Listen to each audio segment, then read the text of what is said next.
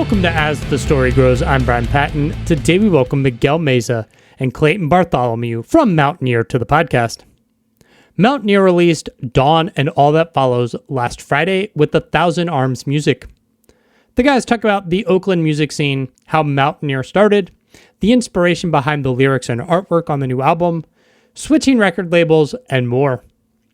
Dawn and All That Follows is an incredible record, and if you haven't listened to Mountaineer before, I hope this episode makes you a fan. Thanks for checking out this episode of As the Story Grows.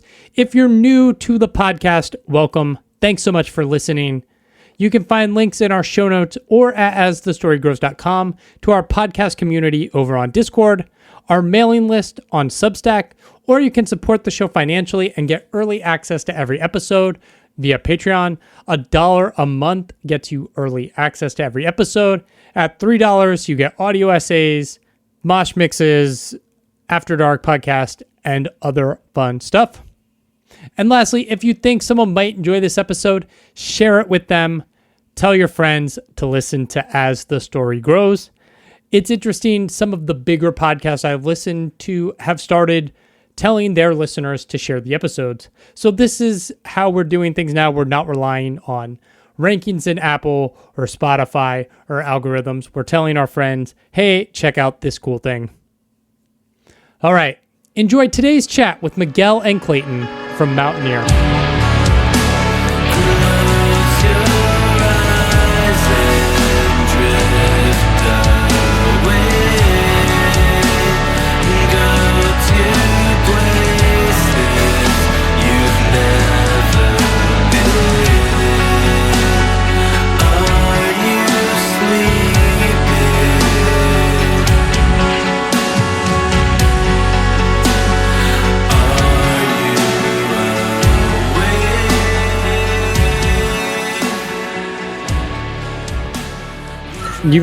You both are out in Oakland, West Coasters? We're close to Oakland. We both live in Martinez, which is about 15 miles east of Oakland. Okay. Yeah, like 30 minutes. Not too far. Yeah. That's just the nearest big city to like peg that people recognize. I think most of the band at one point lived in Oakland and have moved on. Yeah. Moved further away anyways. Nice. Miguel lived in Oakland for a long time. Yeah, I was there for a while. Nice. Are you both originally from the West Coast, that area? Yeah. I've been here most of my life, basically. So yeah. Nice. What got each of you into music? I don't know, man. Actually, the earliest memory I have where I was like, this is what I like. I walked by a magazine stand, and there was a magazine. And it was all Metallica, and it was all like it was like all from like the Master of Puppets era. But I had no clue who they were. I had no clue who Metallica was. I just remember seeing that magazine and being like, I need it. So I asked my dad to get it. And I had it in like my collection for a long time, and then I found it, and I had no clue that it was a Metallica magazine. And sorry, I have so much noise in the background right now. Yeah, man. So that was it. Like I remember seeing just the long hair, seeing the denim jackets, and all that just called me, dude. Like I remember, like I would draw like a band that I was in, and I would come up with names, and I would just imagine everything. Nice. Pretty crazy. So yeah, it's always been a plan. I think more than anything else, like before I even thought about like a career or anything like that, I think it was just like, as long as I'm in a band, I think I'm going to be okay. Yeah. Yeah. I mean, I was into like my parents' music, classic rock and that kind of stuff. And then when I turned 12 or 13, I got a guitar. Somebody gave me like a hand-me-down guitar. I think our landlord at the time. And and then I moved, and being from the Bay Area, I'm a little older than you two guys, but like thrash and stuff like that was really popular in the Bay Area. And in high school, I started a band and was hanging out with older kids that were actually like young adults who were in bands and things like that, and kind of fell into that circle. And so yeah, like my high school band was kind of a thrash type band. And then yeah, but I mean, I listen to all kinds of stuff. I like it all. Like, still listen to a lot of like classic rock stuff for inspiration. And Miguel and I were in a band together when we were in our 20s. I guess it was short-lived. It was a couple years that we were in a band together. Yeah. Yeah. And then we went kind of our separate ways. That was like 2003 to 2005, something like that. Yeah. Maybe it was 2002 to 2005, something. And then, yeah, something like that. So, yeah. And then we kind of went, like, he was doing a lot of like post-hardcore type bands, and I was doing more like doom, black metal type of stuff. And then the band that I was in, Secrets of the Sky, broke up in like 2015, and Miguel and I reconnected, and I had this idea for a new thing that would be more atmospheric and melodic, and we weren't even really thinking metal. I think for the first record, I was kind of just like, let's just do something post-rocky and shoegazy and that kind of thing. And like, I remember the first record, we were like, no screamy vocals, no heavy vocals. Like, let's just keep it clean and pretty. And but yeah, it's just evolved since then. So this is our fifth record that we've got coming out on Friday. So yeah, pretty cool, man. And it's just kind of taken a life of its own, and we've got new guys. The first record was really just me and him, and some friends like filling in on bass and drums. But it was like completely written by he and I, and demoed out at my house. Yeah, and then like we got an actual drummer for the second record to join the band. But again, it was like, I wrote all the guitar and bass and the frills. Miguel wrote the vocals and focused on the vocals, and then we had a drummer. I guess we were really just a studio band. Like, we couldn't play live. And then we met the Dogma guys. So I don't know if you're familiar with Dogma. Yeah. So Isaac and Forrest joined the band, and then we did Bloodletting, and it gave us the opportunity to play live. But it also brought, like, now we're a 6-piece, and we've been a 6-piece since 2018 or 2019. It's been a while. So way more collaborative, and it just, our original drummer left, moved back east. He moved to Massachusetts. Like, I guess it's been about 2 years, and we were kind of like, well, maybe that's the end of it. And then like Jordan, who's our current drummer, just kind of materialized, and it's like, in my mind, I was like, it'll probably be, this might be the end of it. And then it just has a life of its own, right? Like, Jordan popped in, and he's been awesome, and so just breathe new life into it. And yeah, sorry, I'm kind of rambling here, but history of the band.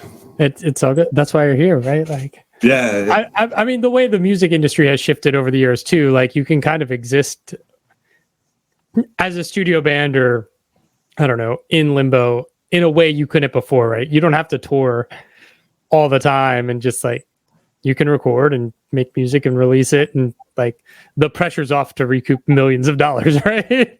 For sure. Yeah. Or even thousands of dollars if you're a smaller band. Like, yeah, 100%. Yeah. And we're like the touring days that we had when we were younger in our 20s. I'm not saying we're planning a tour now, but like, we do smaller stuff, and we're not doing like full US tours, or unless somebody asks us to do it. If there's a good reason to do it, we're all on board. But yeah, I mean, we all have day jobs and families and, stuff like that. So it's kind of like, it's still, I feel like we still have something to say, and we still have like creative of things that we want an outlet for, and it's still fun, like with the group of dudes that we're playing with. So like when it ceases to be fun, that's when I'm like, all right, Right. Yeah. Yeah. Yeah. Miguel, were you always kind of drawn to vocals? Did you sing when you were younger? Or were you like trying as a drummer, guitar player, bassist, or something? Actually, no. When I wanted to be a guitar player, but I was terrible at it. My fingers just wouldn't work. And I went to guitar lessons, and after a few weeks, I was just like, I don't know, man. I don't know if this is for me. And one day, I showed up really early to my guitar class, and there was a drum class happening. And this dude was just like playing drums and going, like, he was just like, going crazy. And then I looked at that and I was like, I could do that. So I told my teacher, I'm like, I want to switch from guitar to drums. And he was like, nah, man, come on. Like you just have to keep going. You're going to learn. I'm like, no. I want to be a drummer. So then I picked up drums, and I played drums for a really long time. But then I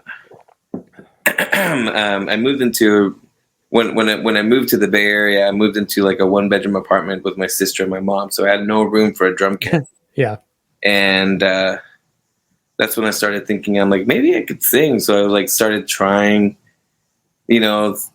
asking, like I would ask my sister, does this sound good? And I would like sing along to songs, and she was like, yeah, it sounds good. I'm like, oh, you're my sister. You're gonna say it, but I'm not sure. And I, when it came to like wanting to be in bands and trying out for bands, I'm like, I'm just gonna go for singing. Like I auditioned for a few bands with guitar, and I remember actually the first time I met Clayton, I brought my guitar because I was like, I don't know if it's gonna be a guitar and singing thing, or if it's gonna be a singing thing, or if it's gonna be just guitar. Like I'm like, I'm gonna bring everything that I have, and we'll just see what happens, But yeah, I just tried it out, and then it just happened, like and then it's it's been a process, like over the years, just like learned things here and there, like how to do certain things, and I've been doing it like that. But yeah, it was from guitar to drums to singing, and that was the last. That's what stuck, Nice. And there was like a period of time where you didn't really you didn't do melodic vocals. You were just doing like hardcore vocals, right? Yeah. I was in a hardcore band for a while. I was in a couple of hardcore bands, and I was just screaming. Like I was like, I didn't even think about melodic vocals until Clayton hit me up, and he showed me this, like the stuff that he had, and I was like, oh man. And I told him, I'm like, I don't think I want to scream over any of this. Yeah. I think I'm going to sing. And that's, obviously now there's some, I mean, even on the first record that we made, there's some screaming. Yeah. It was always mainly singing. And then obviously we have more screaming later on, but yeah. Yeah. Is the music scene in California, like from an outside perspective, something's always happening there, but is it like, do the different pockets and areas like ebb and flow, where it's like things are going off in Orange County, now things are happening in San Francisco, or is it just like all the big cities are popping off all the time? Well, I don't know if I can speak for everywhere. I can speak for everywhere, but I know, like in Oakland right now, there's like a big like hardcore scene that's going on right now, like super DIY, super like, just like, it's like this big group of people that know each other, and like, that's they all like have this scene, and like unless you know these people, you have no clue that it's going on. No, I was just gonna say, like, so just for like reference, like LA is like an 8-hour drive. Like we're so removed from what's going on in LA. I mean, like we have friends and bands in LA, like Destroy Judas. We went and did some shows with them last year, and like we know what's going on in LA, but it's like like our backyard is more like he's talking about the stuff he knows, and then like old school death metal bands are popular again everywhere. Yeah, especially in Oakland. So like Necra and like all like that whole thing is really popular. Yeah. Yeah. Sorry to cut you off. No, it's cool. No. Like, yeah, like there's like a hardcore scene, and then there's this like there's like the stoner metal, but also mixed in with the death metal, but they're not mixing as much. It's they stick to their own, so it's like But I mean that's the impression that I have, at least from this area. We don't totally fit. I don't think necessarily. Like there are like-minded bands in the Bay Area that we play shows with and things like that. But it's I don't know. We're a little too clean and pretty for a lot of that stuff. And then like we're I don't know. We also still are like fans of that kind of stuff. So yeah, I don't know. It's just a little strange. Like your band always gives me ISIS vibes without sounding anything like ISIS. Oh, that's cool. It's like nice. all the melodic parts of ISIS, and just like, which I love, but it's sweet, like, yeah. Whenever I listen, it's just like it reminds me of ISIS for some reason. That's a huge compliment. Yeah, I mean, I think ISIS for some of us. So it's out of the six of us. If you ask us individually, like what our influences are, it's gonna like there won't be much crossover. There will be some crossover, but like everyone is kind of into their own thing, and it's all relatable to what we do, and probably relatable to like the whatever we fit into. But like, yeah, I mean, like I don't know if Miguel likes ISIS. I like ISIS. I like ISIS. Yeah, they're cool. Yeah, for sure. For sure. What was the inspiration for the band name?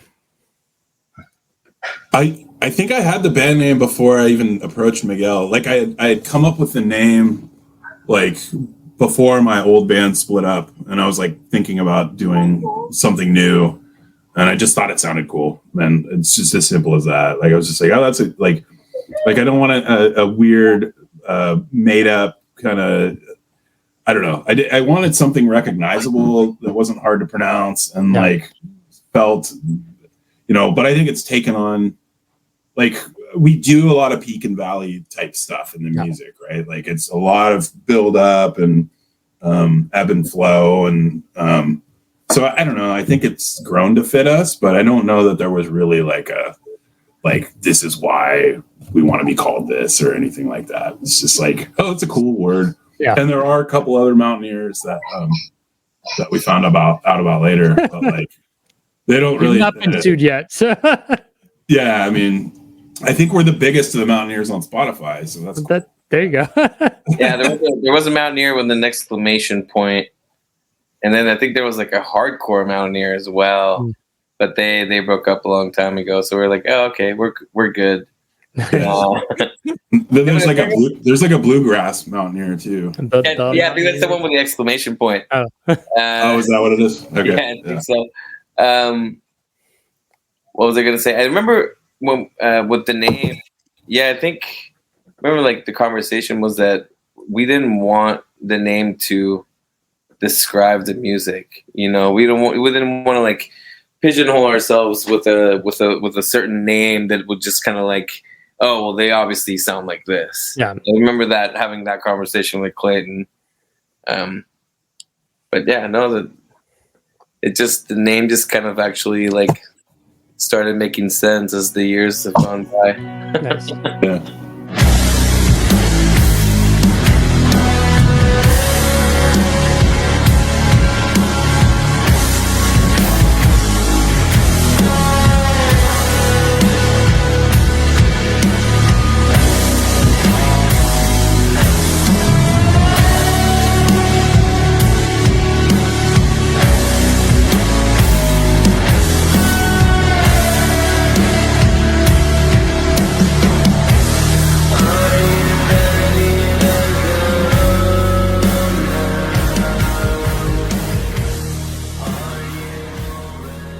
How'd the band get connected with Life Force Records? So my previous band, Secrets of the Sky, we put out a record through an Italian label called Colony Records. It was our debut or whatever. And that was 2013 or 2014. And like Decibel really liked it. It made their year-end list or whatever. And so we had a few labels approach us, and they were one of them, Life Force was. And then we ultimately signed with Metal Blade. and we put our second record out with Metal Blade, and we did some touring and stuff like that. But like, I really liked Stefan, who runs Life Force, and like kind of kept his number in my back pocket. And then when we finished the first Mountaineer record, we sent it to a few people, and he was super into it, and so that's kind of how that happened. Nice. Yeah. Nice. Let's jump ahead to 2020. Bloodletting releases May of 2020. What was that experience like putting that record out? Because by that point, like things had just shut down. Like, and you probably had vinyl. You know, it's crazy because Bloodletting felt really big for us when we recorded it and we put it all together. Like, we were like, we're ready to go all out, you know, and and then the pandemic hit, and we're like, well, you know, the record's gonna come out, it's gonna, you know, whatever.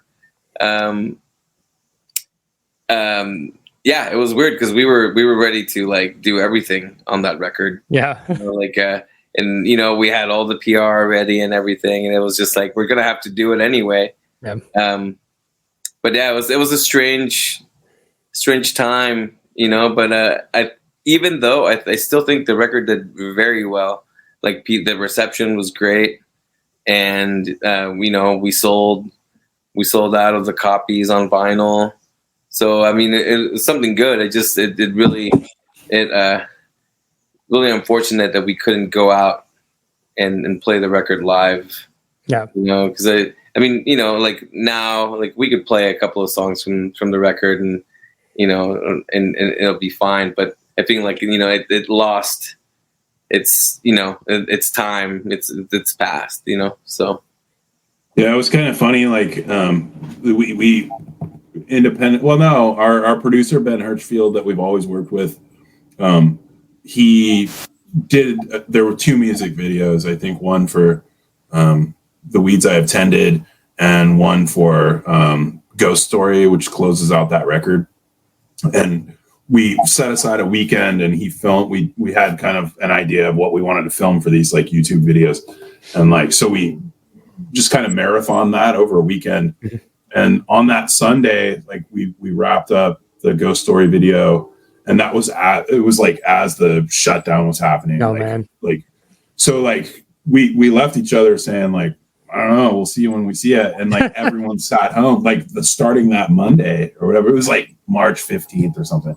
Starting the very next day, like we were all off work. Everyone was home for like 3 weeks, and so it was weird timing for sure. But like Miguel said, I think like the reception was good to that record. Like people like connected with that record, I think. And then we had a lot of comments of people being like, these are super dark times. And like this record kind of helped with that. And like we had those comments, and that was awesome. Right. I mean, even our follow-up, our last record, Giving Up the Ghost, like we recorded that in the pandemic. Like we wrote and recorded that in the pandemic and like put it out. It was like, well, what was it? Was it 22? It finally came out. I guess it was 22. So it was the tail end of things, but it was still like people were just getting back to touring. And so what are you going to do?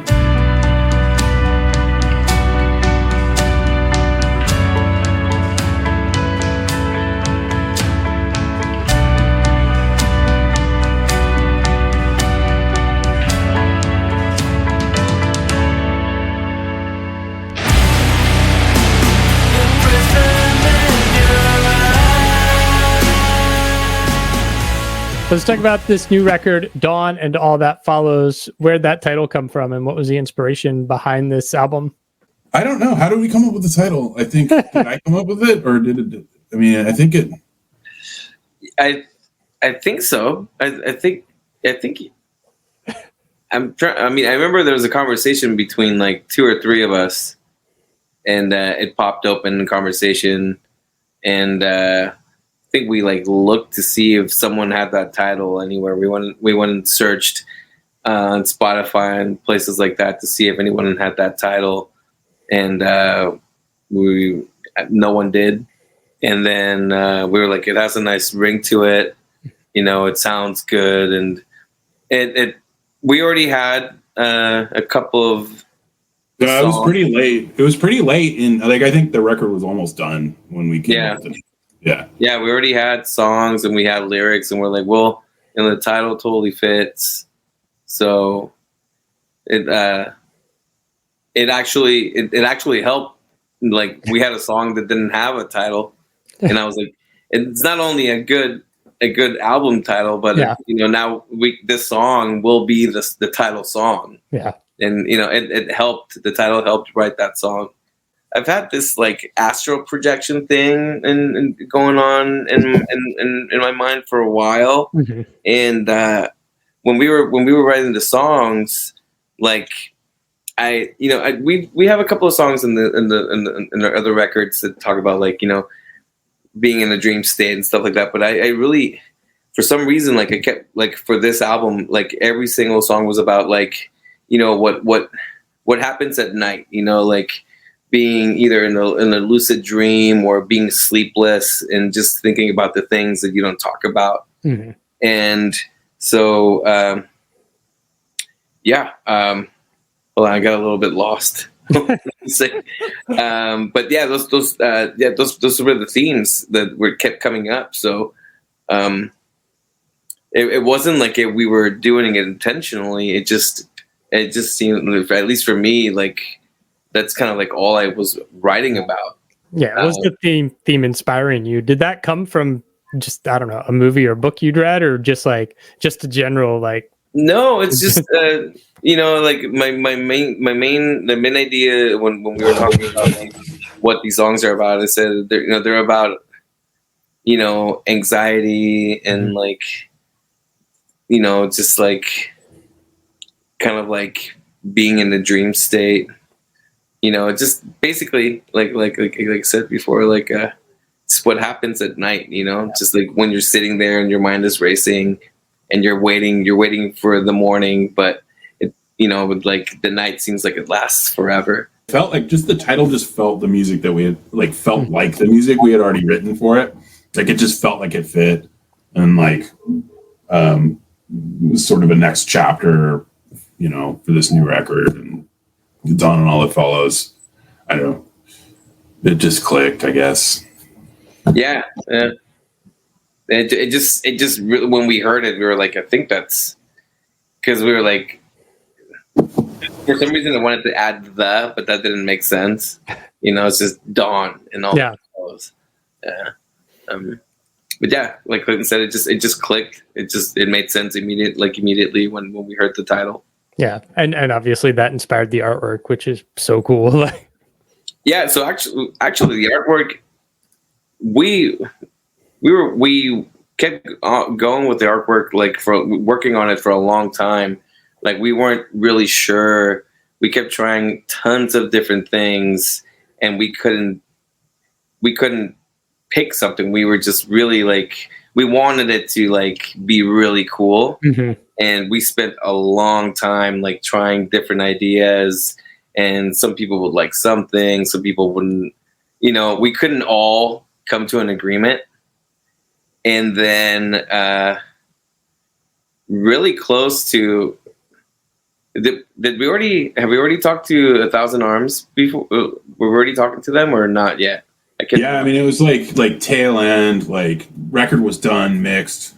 Yeah. Like we had lining up the release and everything, and we were like, we still need an album cover. And Miguel, just like a little bit of backstory, Miguel does most of the graphic stuff for the band.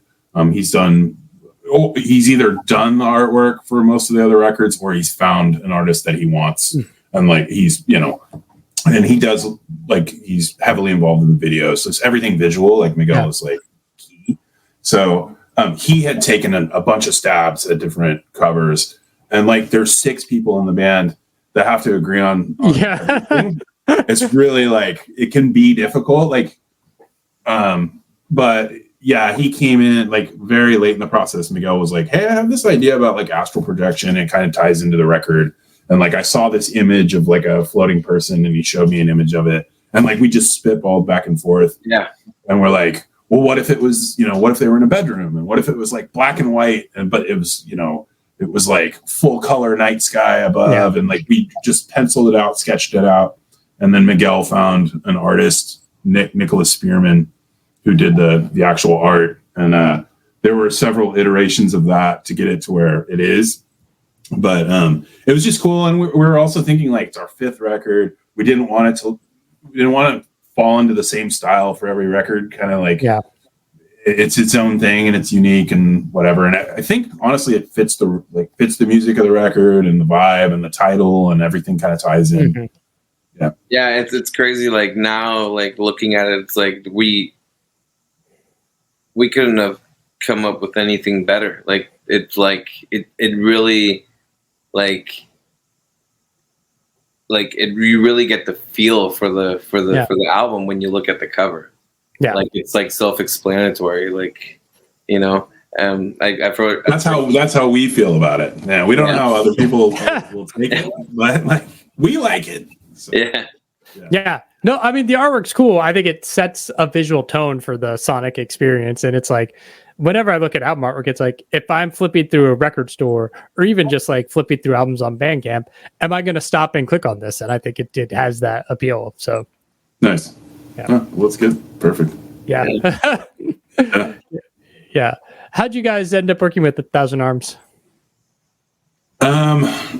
Yeah, just kind of like we thought we would fit well with their roster. Like we did the first 4 records with Life Force, and Life Force are awesome to work with. They've been super good to us over the years.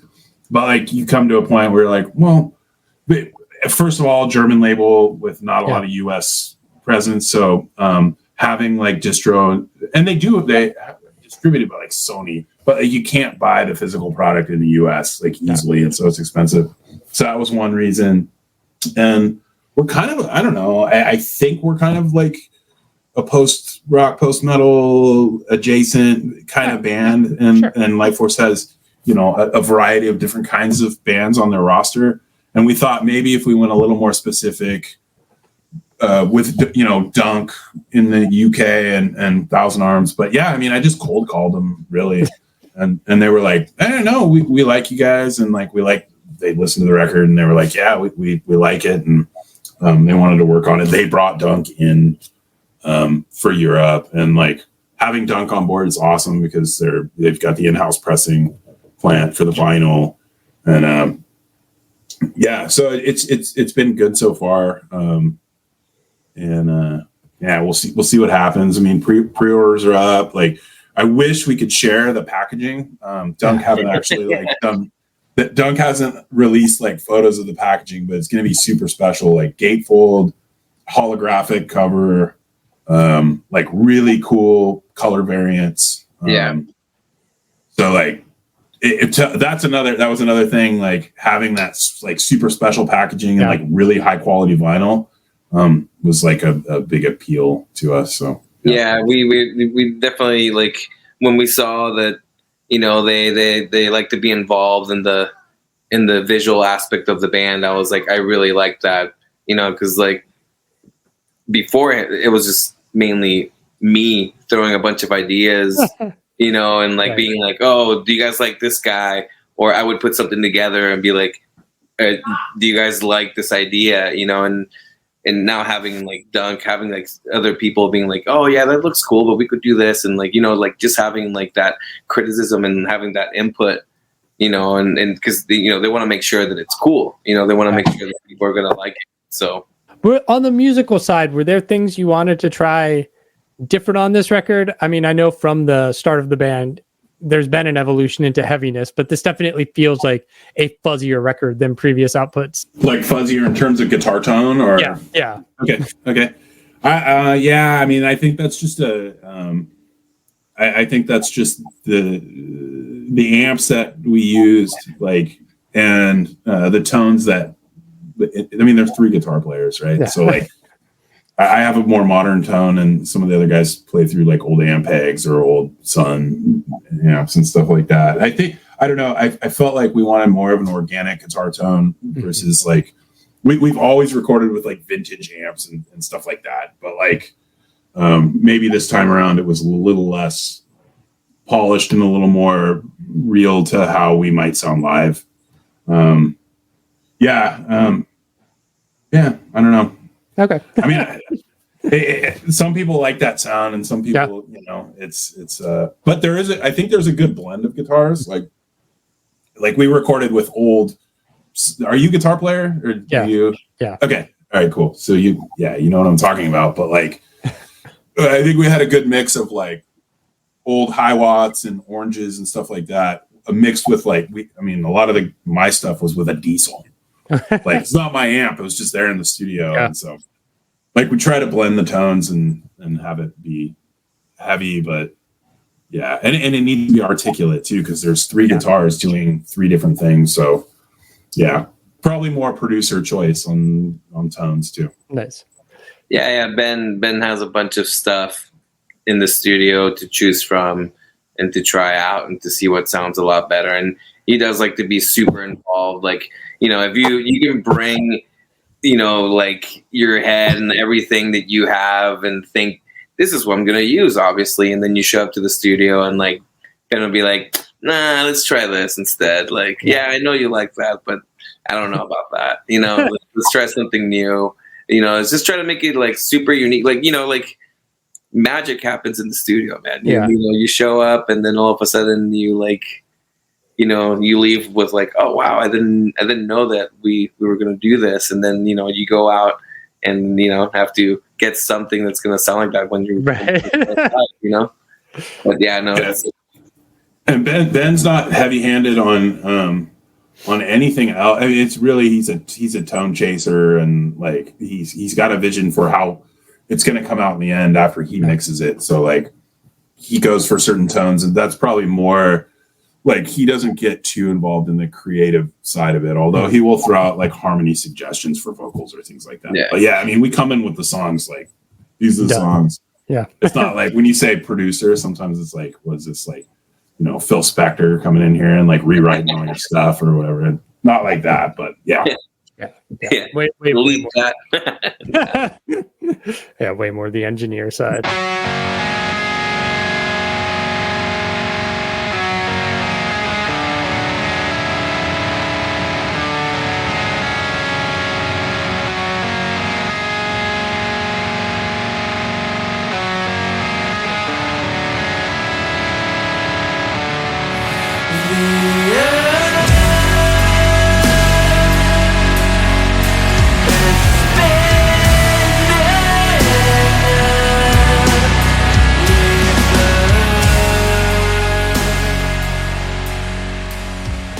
Album's out Friday. You said you're working on a tour. What's the future look like for the band? What are you hoping for outside this tour? Like,